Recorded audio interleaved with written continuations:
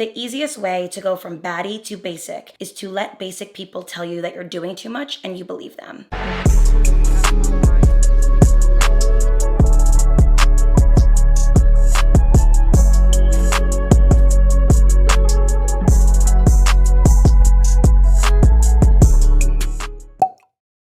Hello everybody, welcome back for another video. This video is going to be cutthroat. It's going to be the harsh reality of being confident, of being beautiful, and leveling up as a woman. You need to understand how to walk in rooms with miserable women and how to not allow them to knock you off your pedestal. Now, this has always been a woman supporting channel, and I am all about uplifting women to be their best selves. It's honestly, truly in my nature to help women and guide them to a better sense of self. That doesn't mean that everybody wants to help. That doesn't mean that everybody has the same blessings and the same favor. And at times, it's important to exclude certain negative people from the conversation to help uplift people who are actually on the journey to elevation. So this video is for all of my it girls who are in the constant state of elevation, of success. You're very beautiful. You know you're a threat. And you know that there is something deeply special about you. When you just have that it factor, you are naturally putting yourself in harm's way of an insecure, bitter, miserable woman. I'm going to be putting you guys onto some game today and hopefully validating some of your experiences. It is so much easier to bring somebody down when they're up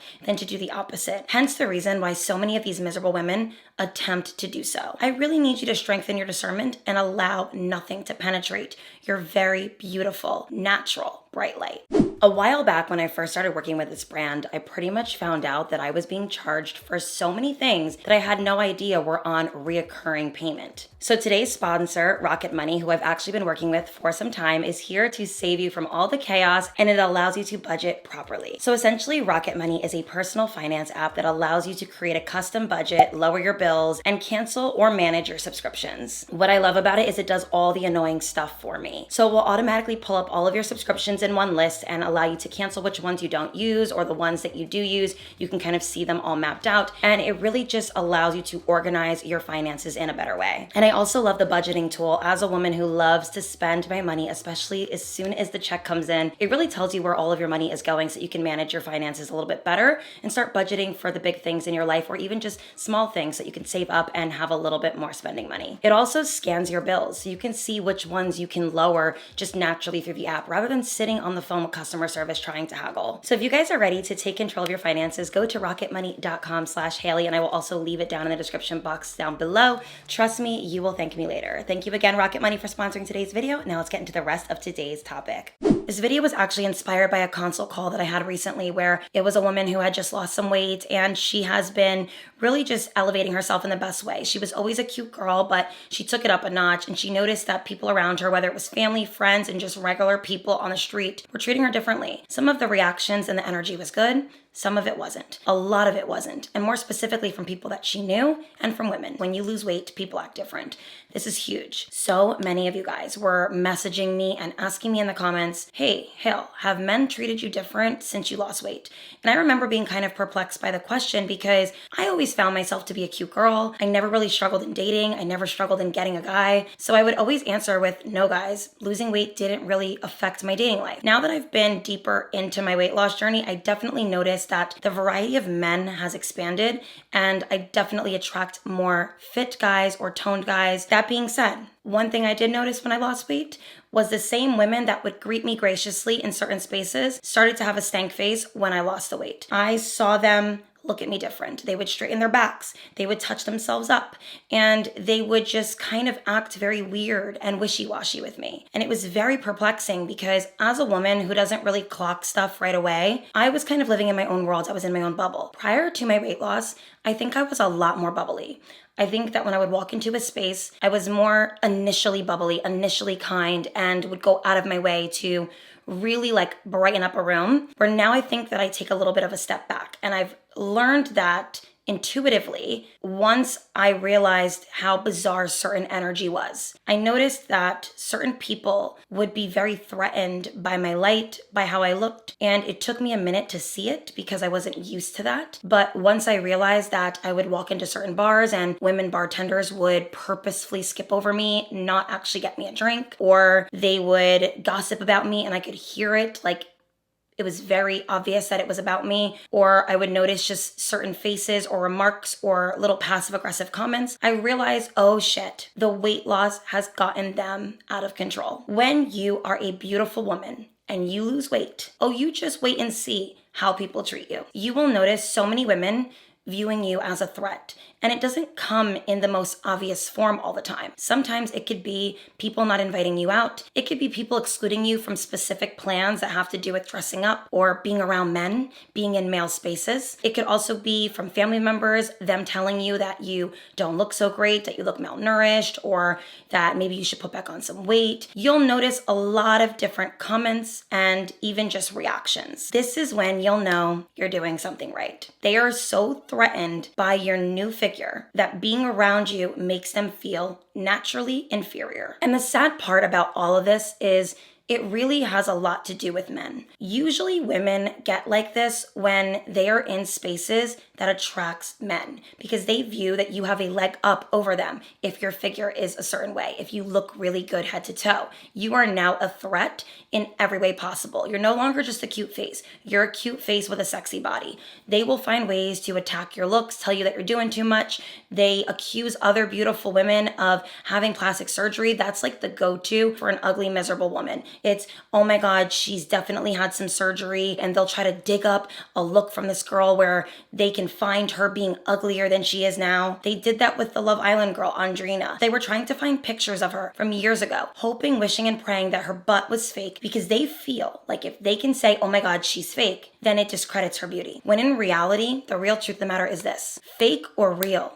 If you're pretty, you're pretty. If you're beautiful, you're beautiful. I don't care if you paid for it or if it was given to you by God. At the end of the day, a lot of these women just want to find an excuse to be able to validate their own self-image. And a lot of the times, the only way they can do that is by attacking another woman's image. You will notice a lot of weird energy from people when you lose weight. The next thing you have to stop falling for when it pertains to engaging with miserable women is to stop falling into the trap of relatability. They will try to find common ground with you if they view you as powerful, successful, and beautiful. Many miserable women can only befriend people that they can find common ground with in their miserableness. So they want to see, are you being treated poorly by men? Are you experiencing the same shortcomings in life? Do you have any limiting beliefs? Do you have lack of self-esteem or just any type of insecurity that allows them to feel like y'all are equal? No. We're not falling for that trap. And honestly, yeah, most women do have some sort of limiting belief about themselves. It's just that miserable women wear it differently. They wear it like a badge of honor. They want to be seen as the woman who just does not have favor in their life. And when you are a woman who experiences a lot of favor and a lot of blessings, and you get a lot of opportunities because of how you look and how you present, you are going to always be at the bitter end of a discussion with a miserable, insecure woman. They just become very inquisitive about where you lack. So start practicing saying less. Start practicing being a more private person. You don't need to share every aspect of your past, present, or future with people who want to just dig and find more about you. They want to see, oh my God, how can I find a common ground with this beautiful, successful, incredible woman? You don't need to give that to them. You don't owe that to them. Be the woman who doesn't look like what you've been through. Be someone who says, I'm having a great week. I'm having an amazing day. I'm dating a really great guy. My friends are wonderful. My family's doing great. Be that woman, even if it's not always true. Be the woman that always tries to find the beauty in things. Don't be the woman who is trying to relate because they feel like relatability equals authenticity. It doesn't. It's just a lie that they sell. You don't need to be relatable to be authentic. What being authentic is just being yourself. And if being yourself is someone who's blessed and highly favored, so be it. It is so crucial to maintain your confidence in conversations that feel low vibrational. And I really want you guys to start strengthening your discernment around people who are trying to pry things out of you. That is not their business. And you need to ask yourself, do you want to be around someone who feels entitled to your personal business and feels entitled to your personal stories, things that you've outgrown? And I also want to mention this as well. The people who do know you that are jealous and insecure and miserable tend to always bring up past versions of yourself. It's an obsession of theirs. They feel like if they don't continuously bring up who you used to be, then they don't have to actually get real with themselves about about who you are today, because to them, who you are today is just a temporary thing, or it's a fake thing, and who you used to be is who you truly are. That's not always true. We outgrow our experiences, we become better, and we become richer, wiser, and whatever. Don't let them tell you who you are. Be who you are and live in that. The next thing I want to discuss is how patience and contentment is a rich woman's sport. It's a confident woman's sport. And I really want to stress the importance of this. When you decide that you are different, when you decide that you're deserving, you just naturally become a little bit more patient with your blessings and with your life in general. You're gonna upset a lot of people who settle, which is most people. Women who settle want beautiful women to settle as well. So they'll sell you this bullshit story that you need to lower your standards, that you need to stop wanting so much, that the things that you pray for won't come. And that is just their sad story. That's not yours. So you naturally just need to walk in your aligned purpose. Be the person who knows that their experiences are always going to be in alignment with who they're trying to be. The women that wait for better get antagonized by the women who refuse to sit with themselves. They always think that everything in life is about a man. You could be the most beautiful, the most successful, the most ambitious woman. You could be chasing your dreams, and you meet an insecure, pathetic, miserable woman, and she'll ask you where your man is and how, you're going to find him, and maybe you need to lower your standards, because everything for them is about meeting and finding a partner. When in reality, you can still find all these things and you could still yearn for these things. It's just not within the same mindset that they live in. They live in a mindset of, if I don't do this now, I'm never gonna have it. And there's always fear around love. You're allowed to enjoy your solitude and contentment. Don't let anybody threaten that thought. It's beautiful to find peace within and to actually enjoy your day to day. You can still remain hopeful without the energy of desperation. And that is something that they just do not understand. So it's not for you to explain. It's not for you to prove. It's just for you to know. Don't fall for the trap of miserableness. You will get what you want in due time, and they won't. They never will, because they only chose what they feared they wouldn't have. The next thing I want to discuss for my confident, beautiful women is that isolation is really necessary at times, and you really need to start getting very comfortable being with yourself and sitting with yourself. Depending on your luck, you probably have very little friends or none. That is super common for beautiful, confident women, especially when you're around people who just don't have and emulate the same vibe that you do. I am such a blessed person because I feel like my friend circle is quite large for a woman who has definitely dealt with a lot of jealousy and envy from women in the past, but I've gained some and I've lost some over the years, and I've gotten better at dealing with that, knowing what I know about women and their thoughts and limiting beliefs around friendship and even just their relationships with themselves. Many of your girlfriends will have internalized jealousy. They will have limiting beliefs. They will feel like you are chosen more than them. It's really difficult to convince your beautiful friends who don't see their beauty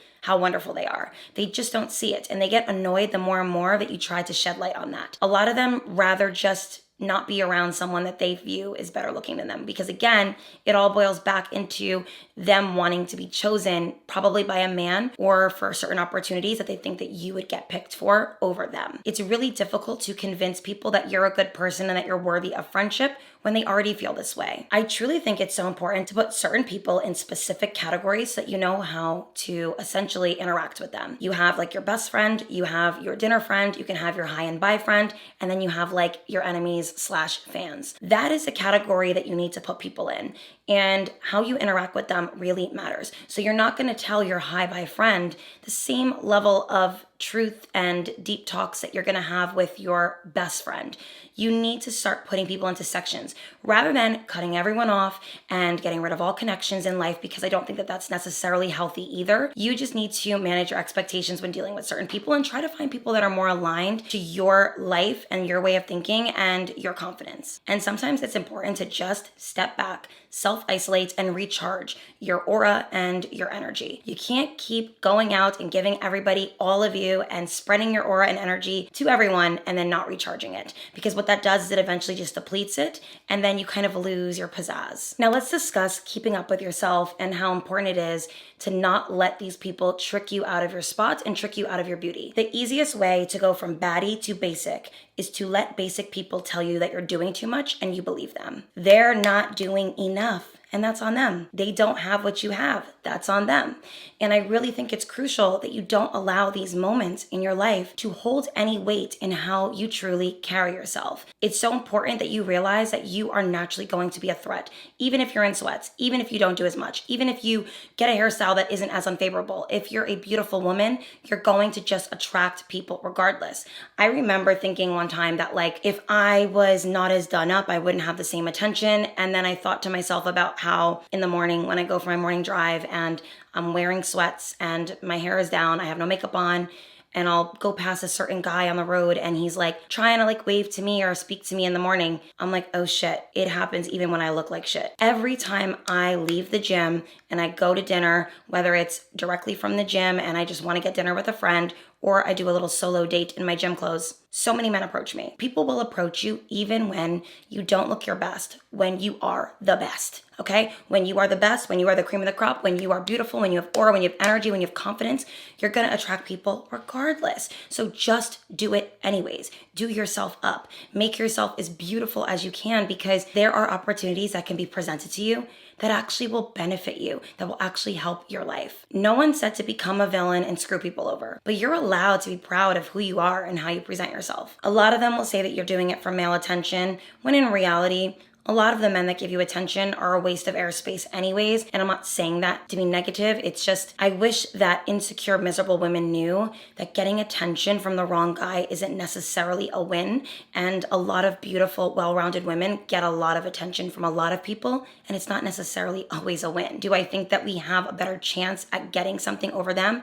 1000%, but I don't necessarily think that that is really the sole focus of a woman who is just in a completely different lane. Taking care of yourself is so important for your personal story, and I don't want you to ever think that you have to stop doing that in order to appeal to a wide range of women and men. At the end of the day, you're going to probably attract less people, but you're still gonna attract people. So you might as well just live in your light and learn to just own it. The insults will be loud and they are anticipating you to fall. Let them wait for the rest of their goddamn life. With this level of favor, you need to be extremely secure. You need to know what you do to people, what you do to the psyche of those who don't view themselves as powerful, who don't view themselves as beautiful. And you need to just be discerning about that so that you know exactly how to move, which is being yourself, being authentic, making sure that you clock it. You don't necessarily get too close to people like that. And you make sure that you don't allow them to trick you out your spot. You also have to understand that this is not personal.